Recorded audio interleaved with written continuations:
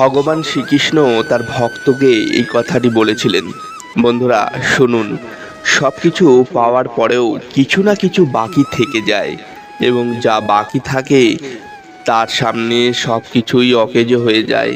বন্ধুরা এই ভিডিওটি শুনুন এবং ঠাকুরজি আমাদের কি বলতে চান তা জানুন।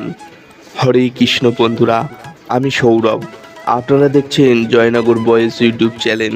বন্ধুরা আপনারা যদি সত্যই ভগবান শ্রীকৃষ্ণের ভক্ত হন তো ভিডিওতে একটি লাইক করুন আর আমাদের চ্যানেলটি সাবস্ক্রাইব করুন। একসময় একজন ব্যক্তি ছিলেন যিনি পোশাকের ব্যবসা করতেন। তার ব্যবসা কেমন ছিল? তিনি রাস্তা রাস্তায় ঘুরে কাপড় বিক্রি করতেন। এটি একটি ছোট ব্যবসা ছিল। ব্যবসা ব্যবসাই হয়, এটি লেনদেনের ব্যবসা, ছোট হোক বা বড়। তাই তিনি একজন ছোট ব্যবসায়ী ছিলেন। তিনি এখানে সেখানে গিয়ে কাপড় বিক্রি করতেন, কিন্তু তার জীবনে একটা নিয়ম স্থির ছিল। পৃথিবী এখান থেকে ওখানে যেভাবেই ঘুরুক না কেন, প্রতিদিন সকালে তিনি ঠাকুরজির মন্দিরে যেতেন। তিনি মন্দিরে যেতেন এবং ঝাড়ু দিতেন, মন্দির পরিষ্কার করতেন। তিনি ঈশ্বরের কাছে প্রার্থনা করতেন এবং ঈশ্বরকে বলতেন যে, প্রভু, আমার জীবনে সবচেয়ে বেশি যে জিনিসটির অভাব তা হলো টাকা। আমি খুব কঠোর পরিশ্রম করি। আমি রাস্তায় পাড়ায় পাড়ায় যাই এবং কাপড় বিক্রি করি। আমি যতটা সম্ভব পরিশ্রম করি, কিন্তু আমি টাকা পাই না। সব কিছুই টাকা দিয়ে চলে। জীবনে অনেক দায়িত্ব, তাই টাকার প্রয়োজন। আমার ওপর করুণা করো প্রভু, আমাকে সাহায্য করো প্রভু, আমাকে টাকা দাও প্রভু। ঠাকুরজি মন্দিরে আগের মতোই হাসতেন। ধীরে ধীরে তার জীবনে উন্নতি আসতে শুরু করে, টাকা আসতে শুরু করে। এখন সে আর রাস্তাঘাটে বা পাড়ায় যেতেন না। তার একটি ছোট দোকান ছিল। দোকানটি দোকানের চেয়ে বড় হয়ে উঠল। তার ব্যবসা বৃদ্ধি পেতে লাগলো। সে কাপড়ের পাইকারি বিক্রেতা হয়ে উঠল, আর কাপড় দূর দূরান্তে চলে যেতে লাগলো। সে প্রচুর টাকা আয় করতে থাকলো। সে ক্রমাগত উন্নতি করতে থাকে। সে সব কিছুই পাচ্ছিল, কিন্তু একটা জিনিসের অভাব ছিল। এখন তার মন্দির ঝাড়ু দেওয়ার এবং মোছার সময় ছিল না।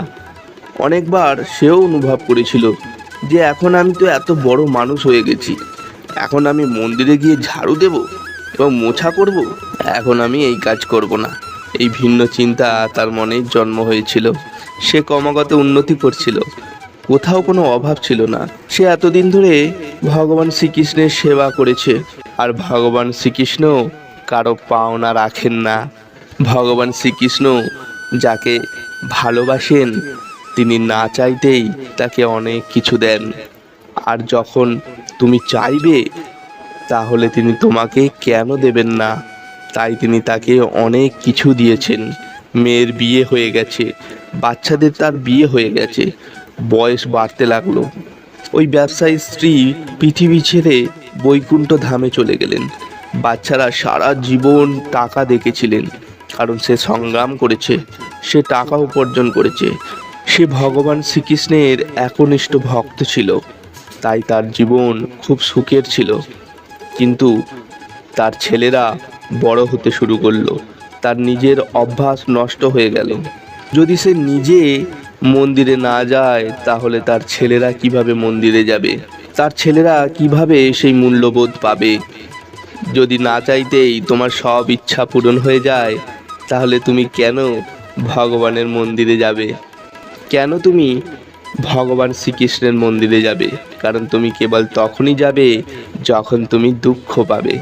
তাই এখন কোনো দুঃখ ছিল না, কিন্তু ভগবান যাকে ভালোবাসেন তাকে নিজের কাছে ডাকেন। তিনি যেমন চান তেমন ডাকেন। জীবনে সব কিছু ছিল, টাকা ছিল, নাম ছিল, শহর ছিল, গাড়ি ছিল, সম্পদ ছিল, সব কিছু ছিল। এমনটা ছিল না যে কোনো কিছুর অভাব ছিল, অথবা ছেলেরা তাকে আলাদাও করেননি। সব কিছুই ছিল, কিন্তু একটা জিনিসের অভাব ছিল, আর সেটা হলো মনের শান্তি। এখন মনের শান্তি কোথায় পাবে? মনে পড়ে গেল সেই দিনটার কথা, যখন সে কষ্ট করত, মন্দিরে যেত, ঝাড়ু দিত এবং মোছা দিত। তারপর সে সেই মন্দিরে গেল। মন্দিরে গিয়ে মন্দিরের ঝাড়ু তুলে নিয়ে মন্দিরকে ঝাড়ু দিলেও পরিষ্কার করলো, মন্দিরের উঠান মুছলো, সে ঈশ্বরকে দেখছিল, চোখ দিয়ে জল ঝরছিল। বহু বছর পর ঈশ্বরের সামনে সে গিয়েছিল, বহু বছর পর ঈশ্বরকে দেখছিল। একই মন্দির, একই জায়গা, এত বছর কেটে গেছে, জীবন বদলে গেছে। আগে সে হেঁটে মন্দিরে আসতো, আজ বাইরে একটা বড় গাড়ি পার্ক করা আছে। একই মন্দির, একই ঝাড়ু মোছা। ঈশ্বরকে দেখে সে ক্রমাগত কাঁদছিল।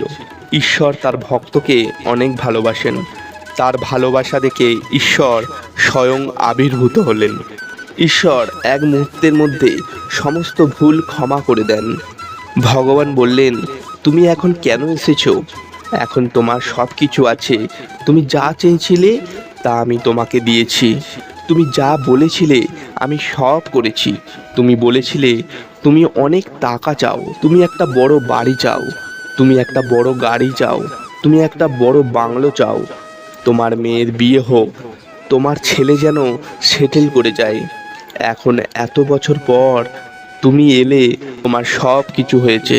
এখন এত বছর পর তুমি কেন এসেছো? তোমার সমস্যাটা কি? লোকটি কাঁদতে শুরু করলো। সে বলল, প্রভু, তুমি আমাকে সব কিছু দিয়েছো, এতে কোনো সন্দেহ নেই। আমি পাপী, আমি ছিলাম অপরাধী। এখন আমি সব কিছু পেয়েছি, কিন্তু এখন আমি তোমাকে ভুলে গেছি। আমি তোমার কাছে আসিনি। ভগবান বললেন, ঠিক আছে, তুমি আমার এত সেবা করেছো, তুমি আমার এত কাছে ছিলে, তুমি আমাকে এত ভালোবেসেছো, তাহলে কি তুমি মনে করো যে আমি তোমার ওপর রাগ করব? আমি মোটেও রাগ করি না। সমস্যাটা বলো, তোমার সমস্যাটা কি? তুই বলল যে আমার মনে শান্তি নেই। ভগবান বললেন, তুমি সেটা কখন চেয়েছিলে? তুমি তো সব বস্তুগত জিনিস চেয়েছিলে। তুমি টাকা, সম্পদ, শহর, সম্মান সব কিছু চেয়েছিলে। আমি তোমাকে সব দিয়েছি, তাই না?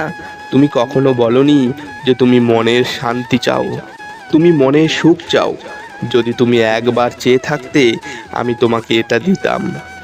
আর মানুষ এই ভুল করে যে যখন তারা আমার কাছে আসে তখন তারা সব কিছু চায়। তারা তাদের সকল চাহিদা পূরণ করতে চায়, কেউ মনের শান্তি চায় না। যখন তুমি প্রথমে মনের শান্তি চাইবে তখন অন্য জিনিসের কি প্রয়োজন? আমি তোমাকে সেই সমস্ত সুযোগ সুবিধা দেব যাতে তোমার মনের শান্তি থাকে। তাই যখনই তুমি আমার কাছে কিছু চাইবে তখনই মনের শান্তি চাইবে। অন্য সব জিনিস তোমার কাছে আপনি আপই চলে আসবে। কারণ যখন তোমার মনের শান্তি থাকবে তখন তোমার সব কিছুই থাকবে, তবেই মনের শান্তি থাকবে।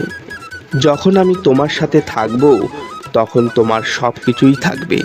ভগবান শ্রীকৃষ্ণ গীতায় বলেছেন যে তুমি যা চাইবে আমি তোমাকে তাই দেব, কিন্তু এটা করে তুমি আমাকে পাবে না। কিন্তু যখন তুমি আমাকে চাইবে তখন সব কিছুই তোমার হবে। বন্ধুরা, আমরা যখন দুঃখ পাই, আমরা যখন কষ্ট পাই তখন আমরা মন্দিরে যাই, কিন্তু তার আগে আমরা মন্দিরে যাই না। আমি তোমাদের একটি সত্যি বলছি, দুঃখ একটি চমৎকার জিনিস। যখনই আসে তখন তা ঈশ্বরকে নিয়ে আসে। তাই দুঃখ এতটাই নিষ্পাপ যে সে জানে না যে এটি ঈশ্বরকে নিয়ে আসছে, সে এটি নিজেই শেষ হয়ে যাবে। কারণ যেখানে ঈশ্বর আছেন সেখানে কখনো দুঃখ থাকে না। আজ থেকে যখনই তুমি ঈশ্বরের কাছে যাবে, যখনই তুমি তার সাথে কথা বলবে, যখনই আপনি তার সাথে দেখা করবে, অন্য সমস্ত জিনিস আপনার কাছে ঠিক সেভাবেই আসবে। কেবল মনে শান্তি প্রার্থনা করুন। কারণ আমি আপনাকে সত্য বলছি, সবার কাছে সব কিছু আছে কিন্তু মনে শান্তি নেই। আজ থেকে যখনই তুমি ঈশ্বরের কাছে প্রার্থনা করবে, কেবল বলুন, প্রভু আমাকে মনে শান্তি দিন, আমি মনে শান্তি চাই। এটাই সবচেয়ে বড় সুখ। এবং যার কৃষ্ণ আছে তার মনে শান্তি আছে। তাই আমি সর্বদা বলি, তোমাদের বিশ্বাসকে দৃঢ় রাখো, নিজের যত্ন নাও। হরে কৃষ্ণ।